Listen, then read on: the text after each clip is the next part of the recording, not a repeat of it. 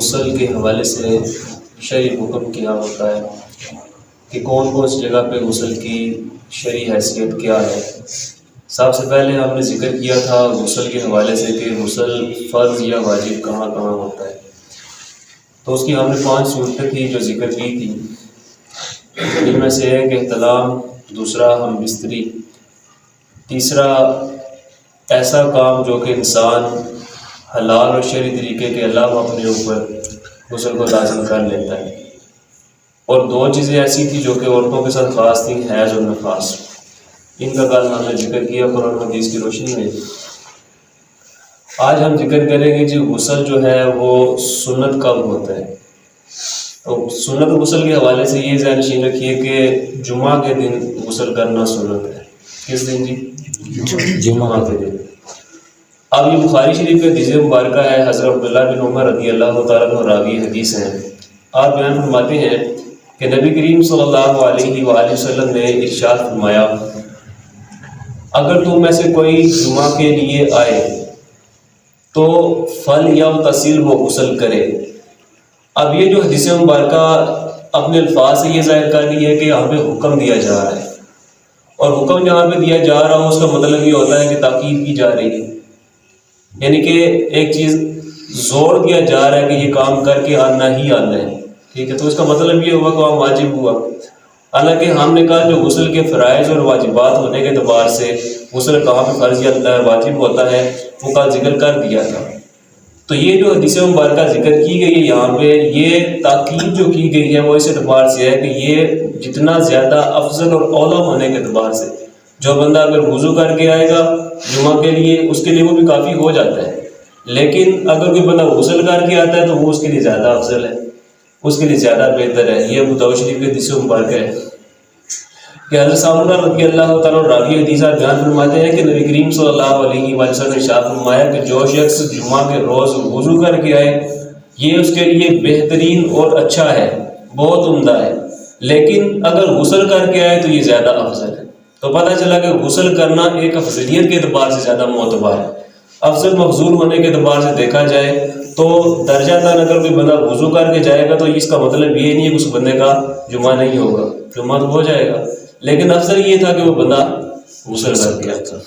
تو اس ضمن میں ایک اور حدیث مبارکہ کو گوشتار کرتا ہوں کہ بخاری شریف کے حدیث مبارکہ ہے، حضرت عبداللہ بن عمر رضی اللہ تعالیٰ راوی حدیث بیان فرماتے ہیں کہ حضرت عمر بن خطاب رضی اللہ تعالیٰ عنہ خلیفہ ثانی جن کو کہا جاتا ہے، وہ جمعہ کے روز کھڑے ہو کے خطبہ دے رہے تھے کہ حضور نبی کریم صلی اللہ علیہ وآلہ وسلم کے اصحاب میں سے ایک ایسے صحابی آئے جو کہ اولین مہاجرین میں ان کا شمار ہوتا تھا، اور شارحین ان کا ذکر حضرت عثمان کے نام سے کیا ہے کہ وہ حضرت عثمان تھے جو تشریف لے کے آئے۔ جب وہ تشریف لے کے آئے تو اس وقت حضرت عمر رضی اللہ تعالیٰ عنہ نے ندا دی، آواز دی کہ یہ کیسا وقت ہے آنے کا، مطلب کہ وہ لیٹ ہو گئے تھے، تو اس لیے انہوں نے پوچھا کہ یہ کیسا وقت ہے آنے کا۔ تو انہوں نے عرض کی کہ میں اصل میں اپنے کام میں مشغول ہو گیا تھا، اور جب میں گھر پہنچا تو آگے پھر یوں ہوا کہ میں نے اذان سنی، اس کے بعد صرف میں نے وضو کیا اور کوئی کام نہیں کیا۔ تو حضرت عمر رضی اللہ تعالیٰ عنہ نے فرمایا کہ ٹھیک ہے وضو بھی اچھا ہے، لیکن آپ کو اس چیز کا پتہ ہے کہ حضور نبی کرم صلی اللہ علیہ وسلم نے غسل کا حکم دیا ہے، ٹھیک ہے۔ تو یہ الفاظ بھی ظاہر کر رہے ہیں کہ وضو بھی اچھا ہے، مطلب کوئی بندہ صرف وضو کر جاتا ہے تو اس کے جمعے میں کوئی فرق نہیں پڑے گا۔ حضرت عمر رضی اللہ تعالیٰ عنہ کو یہ نہیں حکم دیا کہ جاؤ واپس اور جا کے دوبارہ غسل کر کے آؤ، صرف یہ کہا کہ افضل کیا چیز ہے، جمعے والے دن غسل کر لینا افضل ہے۔ اب اس بات کی زیادہ سمجھ اس بات سے ہے کہ کیا غسل سنت ہے یا واجب ہے، مسئلہ اس چیز میں، ٹھیک ہے۔ اب یہ جو حدیث مبارکہ ہے یہ سنن نسائی میں حدیث مبارکہ لکھی ہوئی ہے، ابو داؤد شریف میں حدیث مبارکہ موجود ہے کہ حضرت عمر بن ابو عمر رضی اللہ تعالیٰ عنہ نے حضرت اکرمہ سے یہ حدیث روایت کی ہے۔ وہ فرماتے ہیں کہ رات کے کچھ لوگ آئے اور انہوں نے سوال کیا حضرت ابن عباس رضی اللہ تعالیٰ عنہ سے کہ کیا آپ کے نزدیک غسل جو ہے وہ واجب ہے؟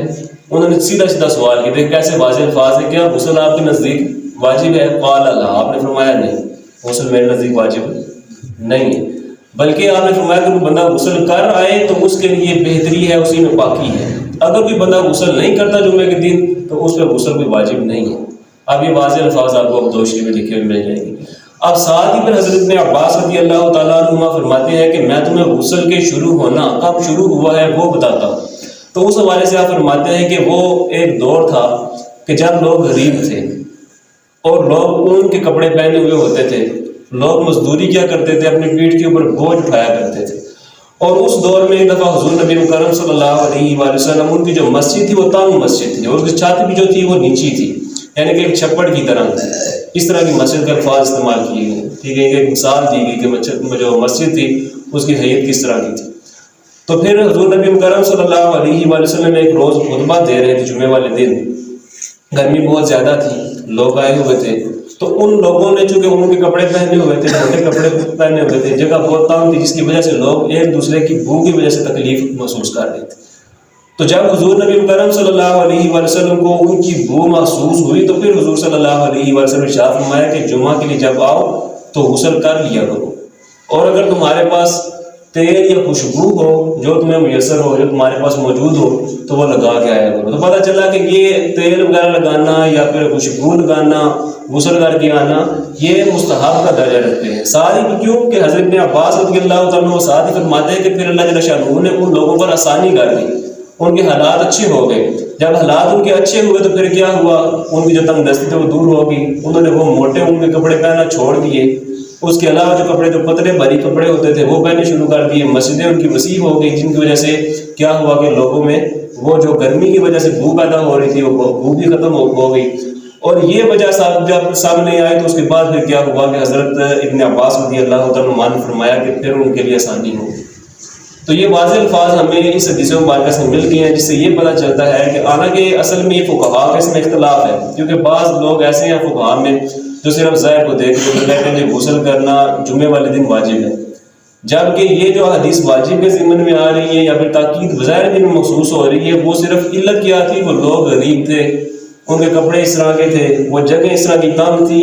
لیکن جب غسل ہو گئی ہے تو پھر آپ صلی اللہ علیہ وسلم نے ان کو اجازت دے دی. تو پتہ چلا وہ تاکید بھی جو کی گئی تھی وہ اس وجہ سے کی گئی تھی کہ جو بندہ غسل کر کے آئے گا اس کو ترغیب دی جا رہی تھی تاکہ لوگ دوسرے سے تنگ نہ ہوں، وہ غسل کر کے آئیں. اس کے لیے زیادہ افضل اولا بہتر یہی ہے کہ وہ بندہ غسل کر کے آئے، تو یہ اس کے لیے فضیلت کا حامل ہے.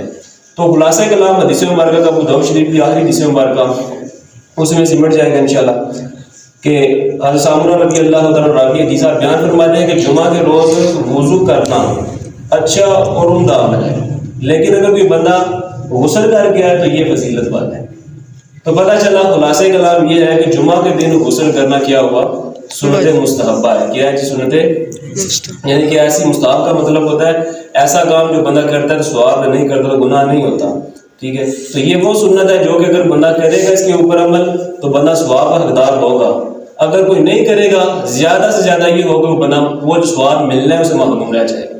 لیکن قیامت والے دن کیا ہے کہ فَمَن يَعْمَلْ مِثْقَالَ ذَرَّةٍ خَيْرًا يَرَهُ وَمَن يَعْمَلْ مِثْقَالَ ذَرَّةٍ شَرًّا يَرَهُ. اگر کسی نے ذرا برابر نیکی کی اس کو اس کی جزا دی جائے گی، ذرا برابر برائی کی تو اس کو اس کا بدلہ دیا جائے گا. تو قیامت والے دن بندہ پھر ایک ایک نیکی کے لیے، ایک ایک نیکی کی وجہ سے انسان کے ایک جنت میں ہونے کے باوجود درجے بدل جائیں گے.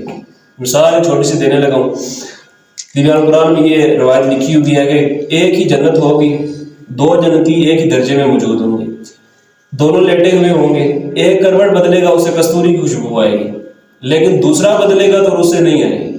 اب جس سے نہیں آئی وہ دوسرے سے سوال کرے گا کہ تمہارے سے یہ خوشبو آئی ہے کستوری کی، لیکن میں بھی اسی درجے میں موجود ہوں، مجھ سے تو نہیں آ رہی ہے. تو وہ کہے گا کہ میں نے دنیا میں صرف ایک دفعہ تم سے سبحان اللہ زیادہ کہا تھا. تو پتہ چلا کہ ایک ایک نیکی کا وہاں پہ ہمیں صلہ ملنے والا ہے، کوئی چیز بھی ضائع اللہ تعالیٰ شاہ نہیں کرنے والا. تو اس لیے اس دنیا میں آنے کا مقصد بھی ہمارا یہی ہے کہ ہم اپنے اعمال جو ہیں وہ چھوٹی سی بات کو بھی ہلکا نہ سمجھیں. ہو سکتا ہے کہ وہی ہماری بخشش کا ذریعہ بن جائے، اللہ تعالیٰ شاہ کو وہی پسند آئے. تو اللہ تعالیٰ ہم کو سمجھ کی توفیق عطا فرمائے.